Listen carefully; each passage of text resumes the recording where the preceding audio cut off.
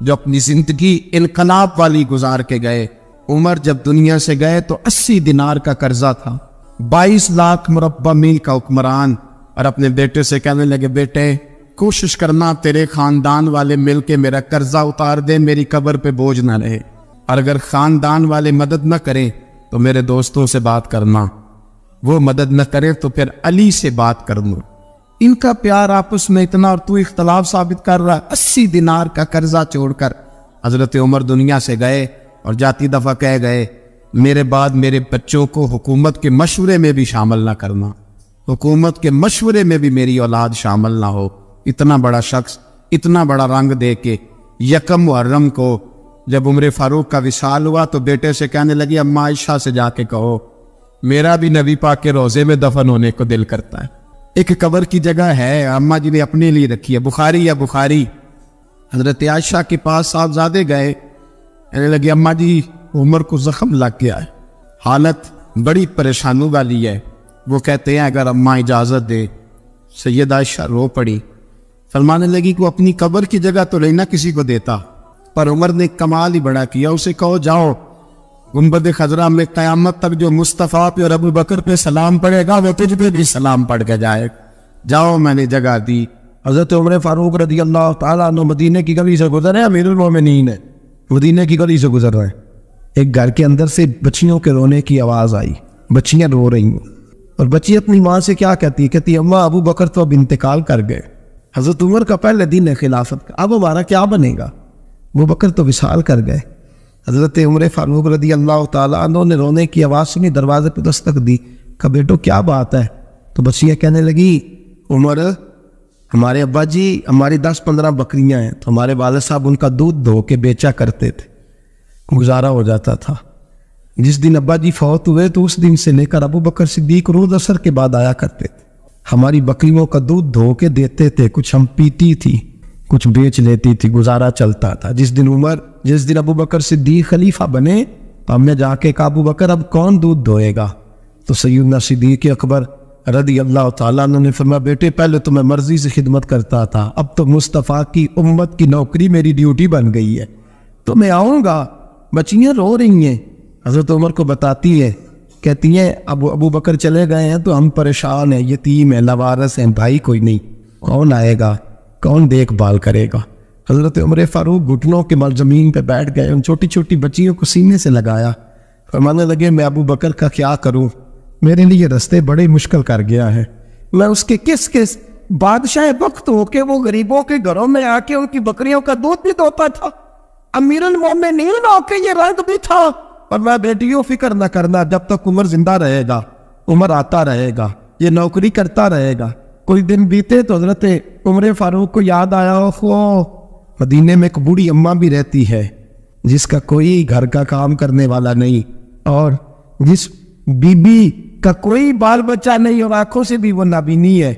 حضرت ابو بکر صدیق رات کے سناٹے میں جایا کرتے تھے، اس کے گھر میں جھاڑو دیتے تھے، یہ بادشاہ ہے، اس کی فقیری کا رنگ دیکھو، اس کو کنویں سے پانی بھر کے لا کے دیتے تھے، اور یہ لفظ آپ سنیں گے تو حیران ہو جائیں گے۔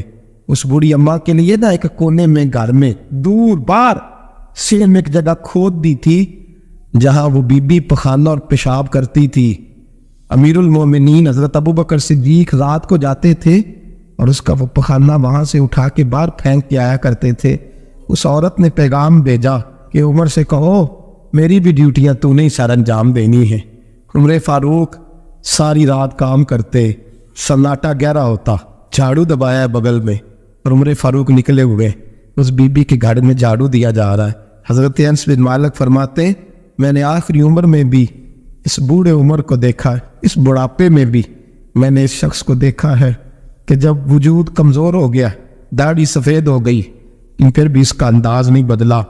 اس نے ساری زندگی بادشاہی میں فقیری کر کے گزار دی، یہ پھر بھی کسی کے گھر میں جھاڑو دیتا ہے، کسی کی بکریوں کا دودھ دھوتا ہے، یہ کسی غریب میرے دوست یہ۔ اور جب سیدنا فاروق اعظم رضی اللہ تعالیٰ عنہ خطبہ دینے بیٹھتے تو کپڑے پھٹے ہیں، پیبند لگے ہیں، مزاج سادہ ہے، بڑا مال آیا ہے، بڑا مال، لیکن تقسیم کر دیا، اور یہی انداز آگے اپنے گورنروں کو دیا۔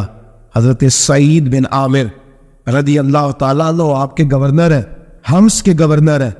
جب لسٹ آئی نا غریبوں کی، حضرت عمر نے کہا کہ ہمس کے جتنے غریب لوگ ہیں ان کی لسٹ بنا کے بھیجو، ان کو چندہ لگانا ہے.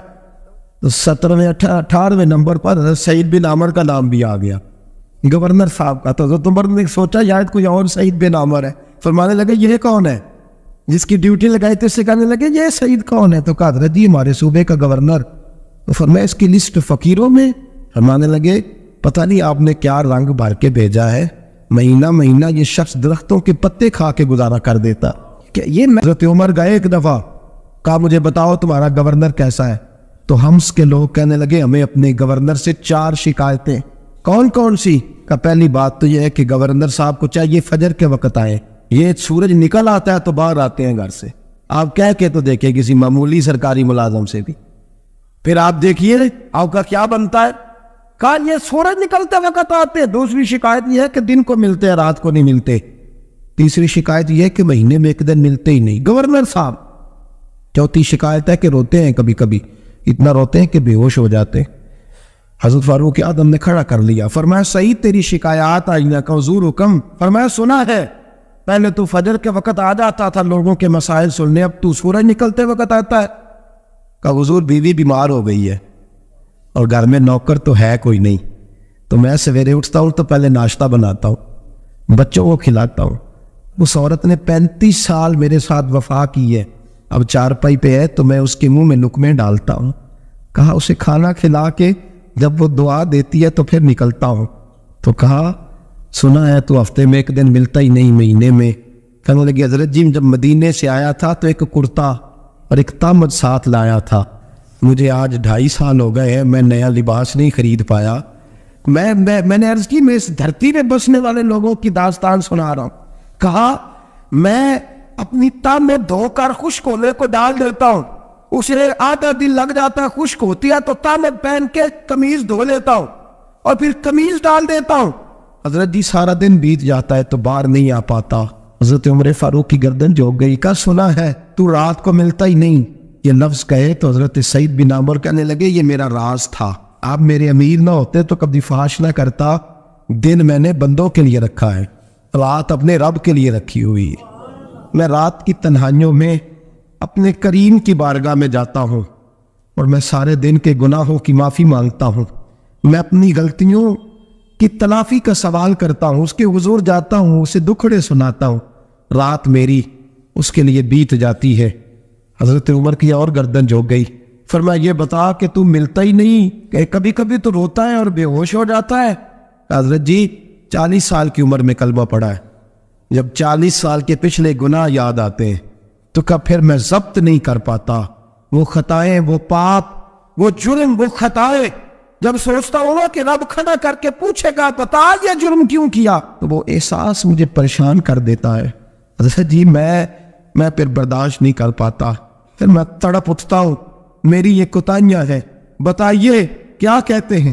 حضرت فاروق اعظم نے گردن اٹھائی تو آنکھوں میں آنسو تھے. کہنے لگے یا اللہ مجھے اس جیسے کچھ اور گورنر بھی عطا فرما، یا اللہ اس جیسے کچھ اور گورنر بھی.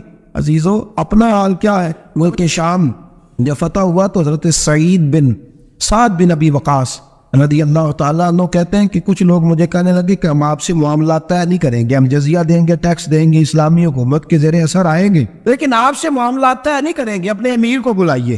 تو حضرت سیدنا سعد بن ابی وقاص کہتے ہیں میں نے خط لکھا. فرماتے خط لکھا حضرت عمر کو. میں نے کہا جناب آئیے. جواب میں حضرت عمر نے خط میں جواب لکھا کہ فلاں دن فلاں تاریخ فلاں وقت میں ملک کے شام پہنچ جاؤں گا. حضرت سیدنا عمر چلے گھر سے، ایک غلام، ایک گھوڑا، ایک نیزہ. حضرت فاروق اعظم نے کچھ کھجوریں، خشک کھجوریں، کچھ سرکہ باندھ کے رکھ لیا رستے میں کھانے کو. یہ بادشاہی میں فقیری ہو رہی ہے. لاکھوں مربع میل کا حکمران ہے، کروڑوں اربوں روپے پاس پڑے ہوئے ہو. وہ ساری چیزیں رکھ لی اور سیدنا عمر فاروق رضی اللہ تعالیٰ عنہ چلنے لگے. اب غلام سے کہنے لگے بھئی میرا گھوڑا ذرا ماڑا ہے، کمزور ہے، طے کر لیں اتنے میل تو گھوڑے پہ بیٹھے گا، میں پیدل چلوں گا، پھر اتنے میل میں گھوڑے پہ بیٹھوں گا، تو پیدل چلے گا. ملک کے شام پہنچنے کا وقت آ گیا. جب وقت آیا تو پیدل چلنے کی سواری حضرت عمر کی تھی، ان کی باری تھی پیدل چلنے کی، اور سواری پر سوار ہونے کی باری غلام کی تھی. تو یہ لوگ رشتے کرتے ہیں نا تو کرائے کی کار لے کے چلے جاتے ہیں. بعد میں وہ پوچھتے ہیں کہ تجھے تے کارتے آئے سو. ہم اپنے آپ کو بنانے کے لیے جھوٹی انا بھی خریدنی پڑے تو خریدنے سے ہم پرہیز. ہم جو بتاتے ہیں وہ ہم ہوتے نہیں، اور جو ہوتے ہیں وہ ہم بتاتے ہیں. حضرت سیدنا عمر فاروق رضی اللہ تعالیٰ عنہ سواری پہ غلام ہے، خود پیدل ہے، اور حال کیا ہے؟ بارش ہوئی تھی تو کچھ پانی کھڑا تھا چھوٹے چھوٹے جوہڑوں میں، چھوٹے چھوٹے تالاب بنے ہوئے تھے، پانی کھڑا تھا. تو حضرت عمر فاروق رضی اللہ تعالیٰ چمڑے کے جوتے پہنے، وہ جوتے دونوں اتار کے تو بغل میں دبا لیے. حضرت سعد بن ابی وقاص فرماتے ہیں اسی بغل میں نیزہ رکھ لیا اور تامت تھوڑا اونچا کر لیا کہ پانی سے چلنا ہے، اور غلام کو گھوڑے پہ بٹھایا ہے اور گھوڑے کی لگام پکڑی ہے تو یوں پیچھے رکھی ہوئی ہے. اور حضرت سیدنا فاروق اعظم رضی اللہ تعالیٰ عنہ آ رہے ہیں. غلام کہنے لگا حضور لوگ دیکھ رہے ہیں، مہربانی کریں بیٹھ جائیں. فرمانے لگے نہیں باری تیری ہے، تو ہی بیٹھے گا. اس نے کہا حضور نہیں وہ تو ٹھیک ہے، کوئی باری فرض تو نہیں نہ ہو گئی، آپ مہربانی کریں آپ آ جائیں، ذرا لوگ آ رہے ہیں. فرمایا تمہیں کہا تھا. غلام کہتا میں نے تیسری دفعہ کہا تو حضرت عمر نے جلال سے دیکھا، اور جناب عمر کا جلال تو زمین کانپنے لگ جاتی تھی. کہتے ہیں کہا حضور آپ آ جائیں، تو کہتے تجھے کہا ہے نا چپ کر کے بیٹھا رہے. کہتے ہیں میں گھوڑے پہ ہی کانپنے لگا. غلام اب حضرت سعد بن ابی وقاص کہتے ہیں سورج غروب ہو رہا تھا، شعائیں پانی میں پڑ رہی تھی. حضرت عمر پانی سے میں نے غور سے دیکھا تو دوڑا گیا. جا کے نا بچے نہیں مشورہ دیتے ابا جی کو، ابا جی انج نہیں کریدا، دور بدل گیا جے. کہتے میں دوڑا گیا اور جا کر کے حضرت سیدنا عمر فاروق کو کہا حضور مہربانی کریں، ٹھیک ہے آپ کی درویشی سے کون آگاہ نہیں، وزیر کھڑے ہیں، سفیر کھڑے ہیں، بڑے بڑے عمراء، بڑے بڑے ملکوں کے حکمران ہیں، آپ مہربانی کریں یہ تام ذرا نیچا کریں، اور جوتا پہن لیں، اگر خراب ہو گیا تو اللہ نیا بھی دے دے گا، اور مہربانی کریں ذرا غلام کو کہیں نیچے آ جائے. حضرت عمر کہنے لگے تمہیں کیا تکلیف ہے؟ کہا حضرت جی وہ وزیر مشیر کھڑے ہیں، یہودی ہیں، عیسائی ہیں، نجرانی ہیں، وہ بڑے بڑے مذاہب کے بڑے بڑے ملکوں کے، آپ کا بڑا نام سنا ہے. حضرت سیدنا سعد بن ابی وقاص فرماتے ہیں میرے ساتھ اتنا ترش رویہ حضرت عمر کا پہلے کبھی نہیں ہوا. کہتے ہیں ماتھے پہ شکن آیا اور کہنے لگا تجھے تیری مار ہوئے، ان 4 لوگوں کے لیے میں اپنے نبی کا طریقہ چھوڑ دوں، ان 4 دنیا داروں کے لیے نبی پاک کا طریقہ چھوڑ دوں. فرمانے لگے سر سے پگڑی اتاری حضرت عمر نے جلال میں، فرمانے لگے میرے سر پہ جو بال ہے نا یہ مجھے کسی دنیا دار نے نہیں دیے، یہ ساری عزتیں مجھے آمنہ کے نام پہ عطا فرمائی ہے، اور میں ہوں محبوب کا طریقہ ان 4 لوگوں کی خاطر چھوڑ دوں. فرمایا قرآن کہتا ہے ان اللہ یامر بالعدل والاحسان، جب میں نے خود عدل کا تقاضا یہ رکھا ہے کہ کبھی وہ بیٹھے گا کبھی میں بیٹھوں گا، باری اس کیا تو میں کیسے بیٹھ جاؤں. حضرت سعد بن ابی وقاص فرماتے ہیں اسی درویشی میں سلام اس پر کہ جس نے بادشاہی میں فقیری کی. کہتے ہیں اسی درویشی میں حضرت عمر پہنچے تو جو پہلے ڈرا کرتے تھے جب حضرت عمر آئے تو انہیں کامتے بھی دیکھا اور روب اور بڑھ گیا. ان کے دلوں کے اندر حضرت عمر کا دبدبا اور بڑھ گیا، اور میرے کانوں میں کہنے لگے سعد پہلے سنا تھا لیکن دنیا سچی کہتی ہے جو حال محمد اور محمد کے غلاموں کا ہے صلی اللہ علیہ وہ دنیا میں دوسرا کوئی حاصل کر سکتا. آج ہمارے پروٹوکول، ہمارے دبدبے، ہماری انا پرستیاں، ہمارے دعوے، ہمارے طریقے، میرے عزیزوں لوگ ہمیں آ کے مثال دیتے ہیں، کہتے ہیں یورپ کی فلاں گلی میں یہ ہوتا ہے. میں نے کہا وہ گرد راہ کو نہیں پہنچ سکتے، یہ ساری چیزوں تو میرے مصطفیٰ کے غلاموں سے حاصل کی ہیں لوگ، ہم نے چھوڑ دی، غیروں نے اپنا لی. خدا را اپنی زندگی میں تبدیلی لائیں. درویشی، سادگی، بے تکلفی، یہ زندگی حسین ہوتی ہے، یہ زندگی سکون والی ہوتی ہے، یہ زندگی اچھی ہوتی ہے، یہ فرحت اور تازگی والی ہوتی ہے. اپنے آپ کو ان تکلیفوں اور آلائشوں میں مبتلا نہ کرے. اگر اللہ مال دے، عزت دے، دولت دے، اللہ تعالیٰ نفاست عطا کرے تو پھر اپنے آپ کو سادہ کریں، آزاد کریں، کھلی ہوئی کتاب بنا کے اپنے آپ کو رکھیں. مجھے ایک بچہ کہنے لگا حضرت جی جب بھی آتے ہیں آپ کہیں بیٹھے مل جاتے ہیں، ہم کسی کو لا کے کہتے ہیں جناب حضرت جی بڑے مصروف ہیں اور آپ یہاں آگ تاپ رہے ہیں جلا کے، مہربانی فرمائیں. میں نے کہا یار 2-4 دن تو بن سور کے بیٹھنا بندے کے لیے آسان ہوتا ہے، سارا دن ملمہ سازی کر کے رکھنا اتنا آسان کام ہو تو ویسے بھی بندہ جو ہو وہ نظر آئے تو اس کے لیے زیادہ بہتر ہوتا ہے، جو ہو وہ دکھائی دے وہ زندگی آسان ہو جاتی ہے، بہتر ہو جاتی ہے. اور ویسے بھی جو کھلی ہوئی کتاب ہوتی ہے اس میں لوگ مشکوک نہیں ہوتے، جو بندی ہوئی ہوتی ہے نا اس میں لوگوں کو خبر نہیں ہوتی کہ نہ جانے یہ کیا معاملہ ہے. میرے عزیزوں اپنے آپ کو بے تکلف بنائیں، بے تکلف سے مراد یہ نہیں کہ جیسے بے تکلفی ہم نے ایک غلط چیز کا نام بے تکلفی رکھ دیا ہے کہ جو آدمی بات بات پہ ٹھٹھا کرے، بات بات میں مذاق کرے، وہ بے تکلف ہوتا ہے. یہ تو بے تکلفی اسلام اس کو پسند ہی نہیں. بے تکلفی سے مراد یہ ہے کہ جھوٹی انا نہیں بنائے، جھوٹے معاملات اپنے گرد نہیں اوڑے. اپنی اگر اللہ آپ کو بہت زیادہ مال و دولت دیتا ہے تو جتنا وہ اللہ رومی کہتے ہیں جتنا ٹہنی پہ پھل زیادہ لگتا ہے نا اتنی وہ ٹہنی جھک جاتی ہے. جو اکڑی ہوتی ہے سمجھو وہ خالی ہوتی ہے. اگر آپ پھلدار ہیں تو پھر آپ کو جھکے، پھر آپ کو با اخلاق ہونا چاہیے، با محبت ہونا چاہیے، پیار والا ہونا چاہیے. زندگی میں